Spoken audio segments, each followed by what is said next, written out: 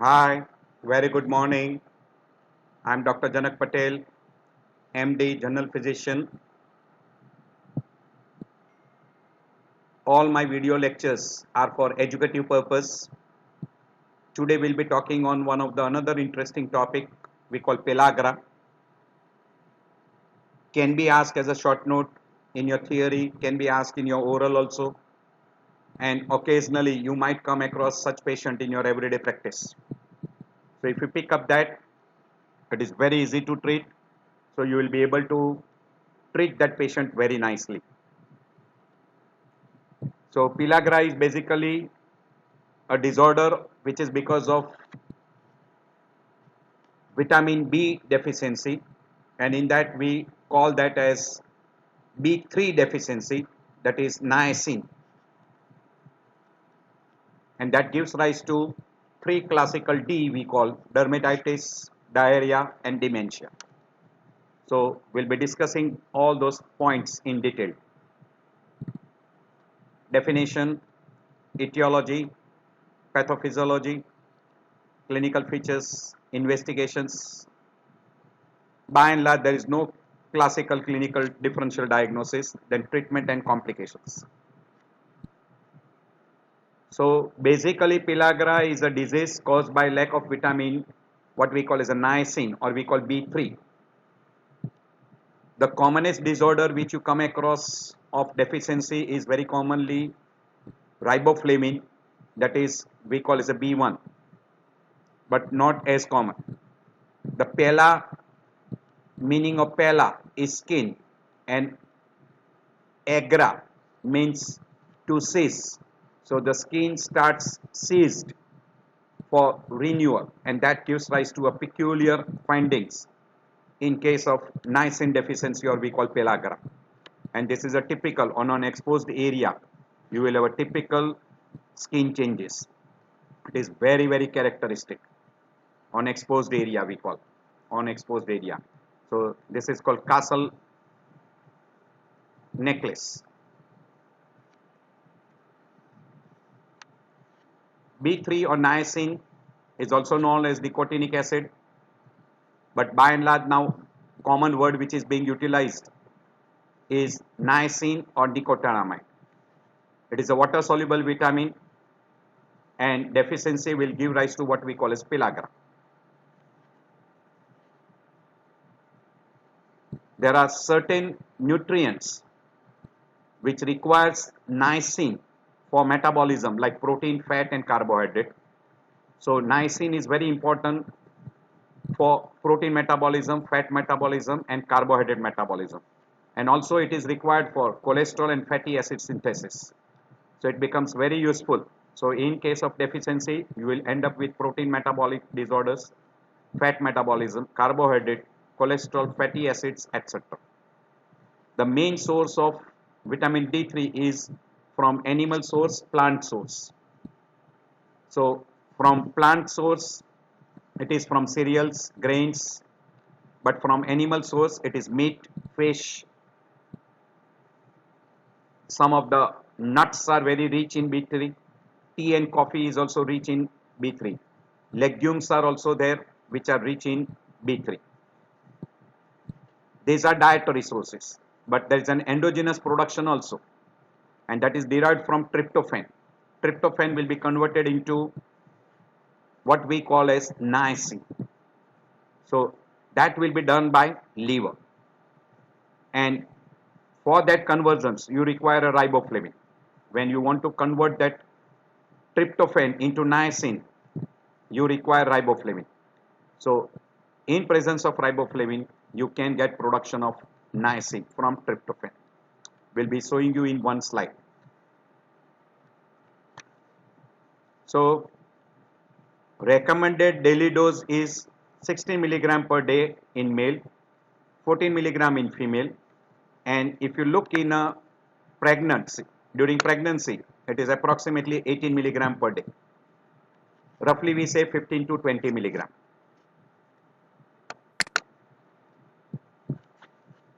Another name for niacin, nicotinic acid, it is also called as a PP factor, that is pellagra preventing factor. and also there was one name given to that, was factor of Goldberg. These are the two additional names which are being given that can be asked in your oral. And these are all the other vitamins which are being there. Thiamine, riboflavin, B5 is called pantothenic acid, B6 is pyridoxine, B7 is biotin, B9 is folate, and B12 is cyanocobalamin.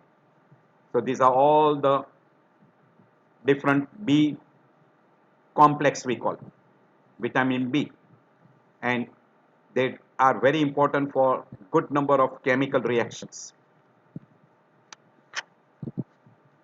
So niacin or nicotinic acid or nicotinamide, it is rich in, it is very rich in meat, red fish, in certain fruits, vegetables, particularly legumes, grains, seeds, cereals, and there are certain tryptophan containing foods, particularly like milk and egg. Nowadays, there is also enrichment of bread and certain flour by B complex supplements enriched by that, and that provides good quantity of B3. Also other B complex, but they provides good quantity of that. Now there is one peculiarity that if you are eating only corn based diet, because corn does not contain niacin and there is no tryptophan also, so it will give rise to B3 deficiency. So liver, fish, egg and milk, these are called animal products. They are rich in B3, and among plants, grain, cereals, pulses, beans, peanuts, legumes, etc. Whatever you consume orally will be absorbed from duodenum and also from, we call as a small bowel. It will be delivered via portal vein to liver, and here you have got two materials. Tryptophan will be converted into nicotinamide and then finally into NAD or NADP. We'll be talking about that little bit in short. So whatever you consume is easily absorbed because it is water soluble. So whatever B3 you consume, it will be absorbed from first part of duodenum and from small intestine. It will be delivered to blood. From blood, some quantity will be excreted out by kidney. Major portion will go to liver, and liver, it will be converted into NAD and NADP. Now tryptophan will be converted into two compounds. One, serotonin, or we call 5-hydroxytryptamine, and then it will be converted into melatonin, and it will be also metabolized as a compound in urine. And tryptophan in presence of biotin will be converted into niacin, that is, riboflavin, not biotin, riboflavin. It will be converted into niacin. So 60 milligram of tryptophan will be converted into 1 milligram of niacin. So you require a good quantity of tryptophan for 1 milligram of niacin, and daily requirement is around 15 milligram of niacin average. Basically this nicotinic acid or niacin, it has got the two function. When you give in a low dose, that is requirement is 10 to 20 milligrams, so roughly if we give 15 to 20 milligram per day, it is suffice for normal routine function of nicotinic acid. We'll be giving you some of the function of nicotinic acid, but when it is given in a larger dose, when it is given in a higher dose, say 200 milligram, 250 milligram, 500 milligram, then it can be utilized as an anti-hyperlipidemic agent, and it is very frequently utilized for triglyceride lowering of triglyceride. Vitamin B3 deficiency will occur because of poor dietary intake, which is very common with alcoholism, malnutrition, which may be because of socio-economic purpose, or maybe malnutrition because certain foods are not rich in B3, vegan diets, starvation, a person is doing lot of fasting, and one another disorder, anorexia nervosa.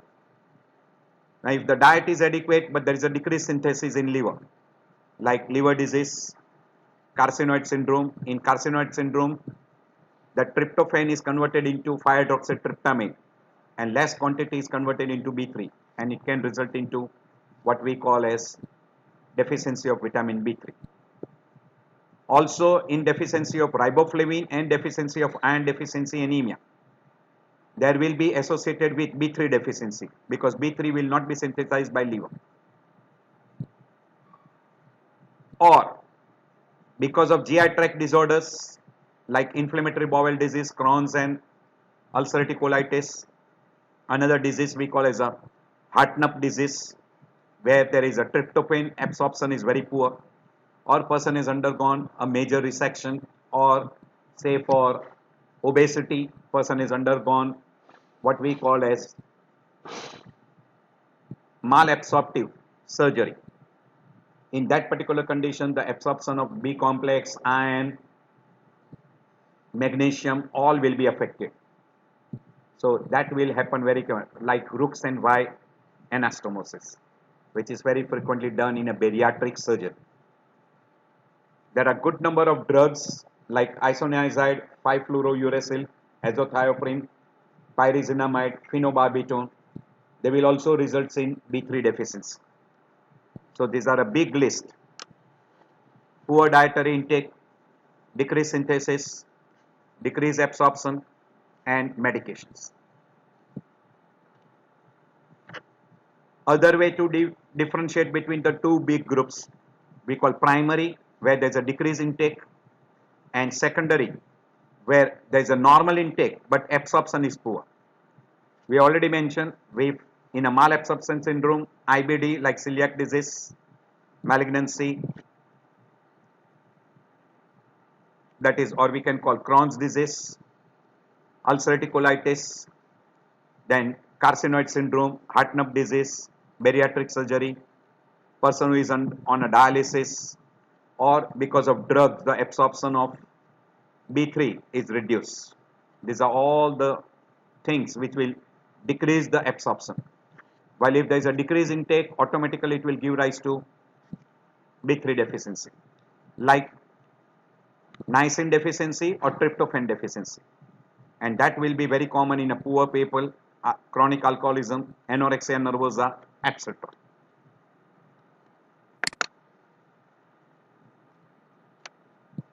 We have already shown you this particular slide, that this metabolism, that tryptophan is converted to serotonin very frequently in case of a carcinoid syndrome, and very poor conversion from tryptophan into what we call as niacin.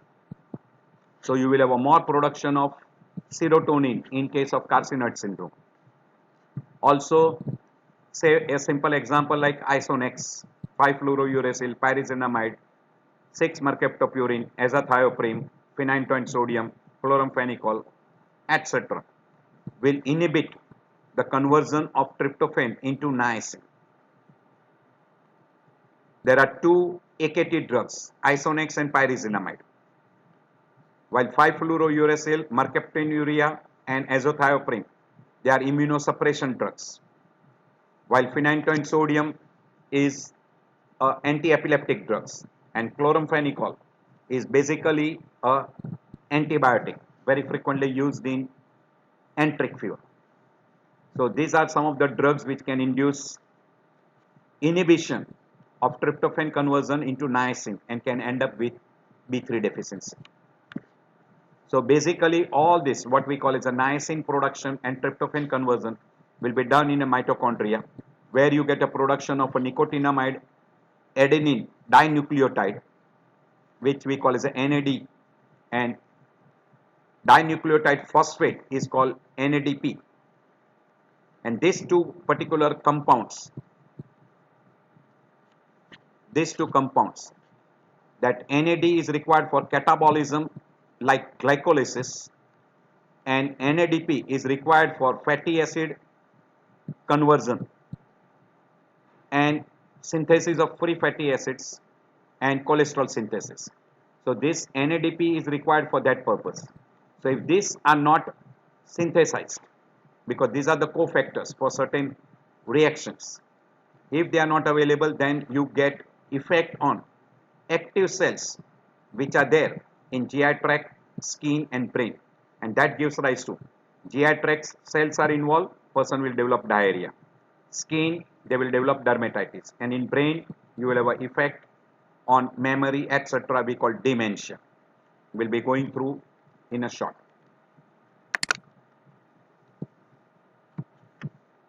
If you are interested, this is one of the slide which tells you how exactly the carbohydrate is metabolized, how you get formation of NAD converted into NADH, and you get a production of ATP. Because there is no reduced quantity of B3, there is a reduced production of ATP, which gives rise to weakness, etc. So NAD is required for ATP generation, and that is affected by alcohol metabolism, glycolysis, Krebs cycle, fat catabolism. And for this you require NAD. And in case of vitamin B3 deficiency, there is a decreased production of NAD. And you require NADP for pentose phosphate pathway. And that is required for fatty acid synthesis, oxidative stress, homeostasis, and cytochrome enzyme P450.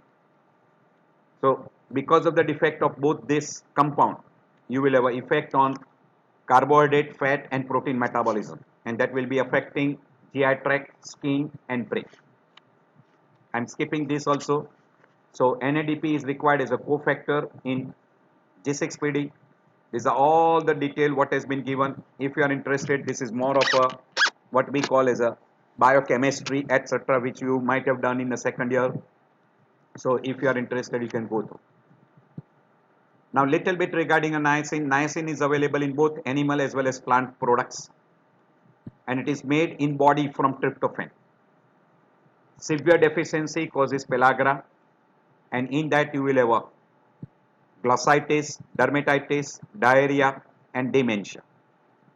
Hartnup disease is one of the diseases where there is a decreased absorption of tryptophan, and that will give rise to B3 deficiency because tryptophan is converted in liver into niacin. There is a carcinoid syndrome in which tryptophan is converted mainly into what we call as a pyridoxytryptamine or serotonin, and less conversion into niacin, so it can give rise to again B3 deficiency. Isonex inhibits the conversion of tryptophan into niacin. So in a large dose of niacin can lower the plasma cholesterol, we have already explained, because it will be more of what we call as a catabolic, and that's the reason why it is good number of time utilized in hyperlipidemia as a second drug of choice. Blood glucose level, uric acid level may be elevated because of excess dose of niacin. So whenever the large dose of niacin is given for hyperlipidemia, you must keep a watch on blood sugar and uric acid level. So it is ideally not recommended if the person is diabetic and if a person is having gout. This should be kept in your mind. If we go through the clinical features, ideally we say 3 classical features, that is diarrhea, dermatitis and dementia. If not treated, then only we succumb. Then the person who is not treated can succumb, and we call that as a death. As far as GI tract is concerned, diarrhea and vomiting is very common. Diarrhea is more common than vomiting, that's why we call as a D, that is diarrhea. Skin, we common word utilized is dermatitis, where you get a little pigmented part, photosensitive, bilateral involvement, that's why we call symmetrical involvement, and it is called castle necklace. So it is involving the collar, exposed area. It is very typical. You can see here. You can see typical involvement of the skin. Typical. So this is called as a castle necklace. So even the mucosa of the tongue is involved. It will be called glossitis, and you can have a hair fall, we call alopecia. These are additional feature, but dermatitis is most common. Among dementia, you can come across memory disturbances, lack of concentration, irritability, forgetfulness, loss of orientation. Some person can develop depression, headache, even insomnia and hair loss. In a dermatitis, we already mentioned skin changes. Itchy skin can be there, red skin, rash can be there in some of the people, and skin on a long-term base, it will be little thickened. Here, there, as you can see, this is called castle necklace. Typical. This is in the palm. You can see the skin involvement, and this is over the face. Usually, it is on the exposed area and bilateral. So, usually we call bilateral symmetrical involvement. There are other things which can be involved along with dementia is anxiety, insomnia. Good number of time. Recently only we had one patient with peripheral neuropathy and he had Romberg test positive, which was suggesting that there was severe peripheral neuropathy. You can have delusion, disorientation, encephalopathy, and sometimes person can even develop coma. And we already mentioned before, good number of patients can complain of headache and easy fatigue. Easy fatigue is because of decreased production of ATP molecules. So diarrhea, dermatitis, dementia and death are very common. So I'm skipping over this, and we already mentioned you can have glossitis, that is red colored tongue. Very frequently you can see, because it may be along with niacin, you can have even a thiamine deficiency also. So stomatitis, inflammation of the mouth, can be seen in riboflavin deficiency and pellagra also. But B2 deficiency, that is riboflavin deficiency, is also called pellagra sin pellagra, means it is without pellagra. You can have glossitis. So that is one name given to, or riboflavinosis, that is called pellagra sine, pellagra. Sine means without. So you have got a clinical picture almost like pellagra, but there is no B3 deficiency. There is one disease we call as a Hartnup disease, which is inherited disorder, autosomal recessive. The carrier protein of neutral amino acids, that is tryptophan, which cannot be converted into niacin, and this particular will give rise to a classical features of pellagra. And this is a genetic disorder, hence there will be a strong family history available. So if a person is having a strong family history, always suspect one is Hartnup disease.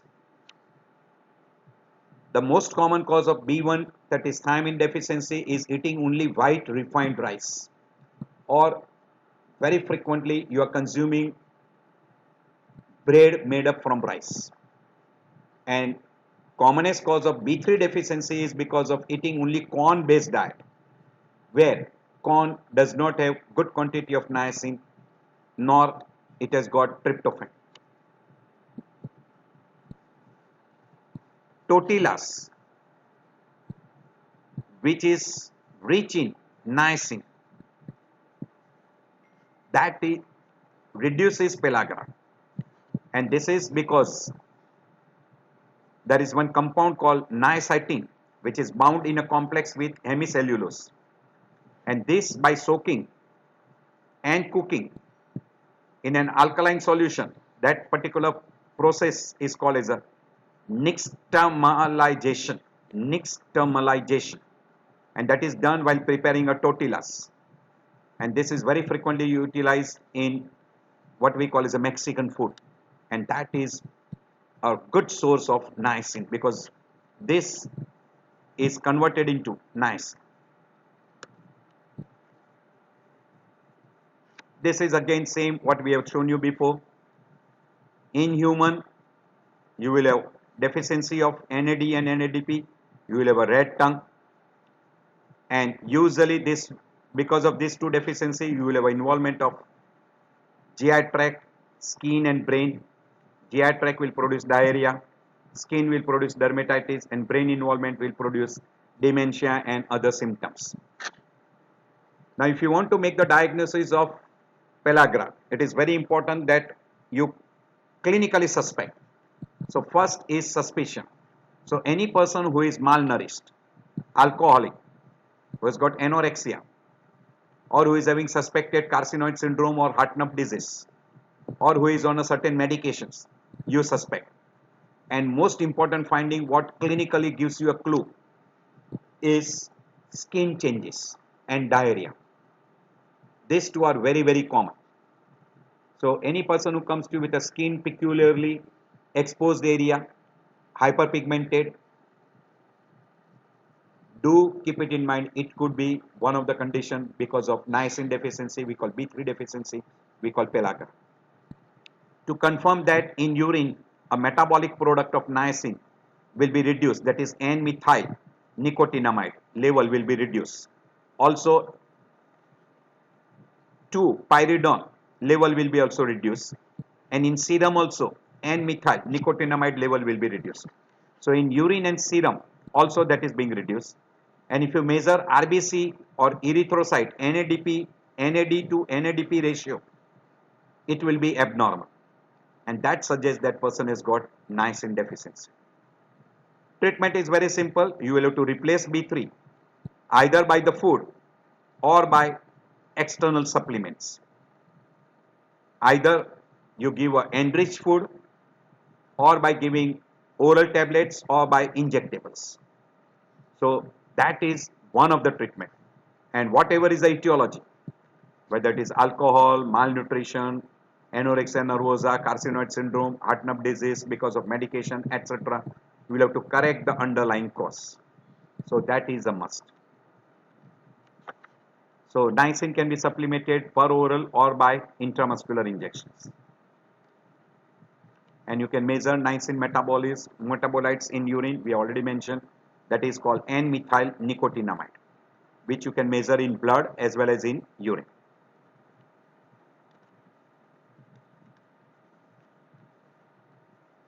So in a low dose, it will correct easily pellagra.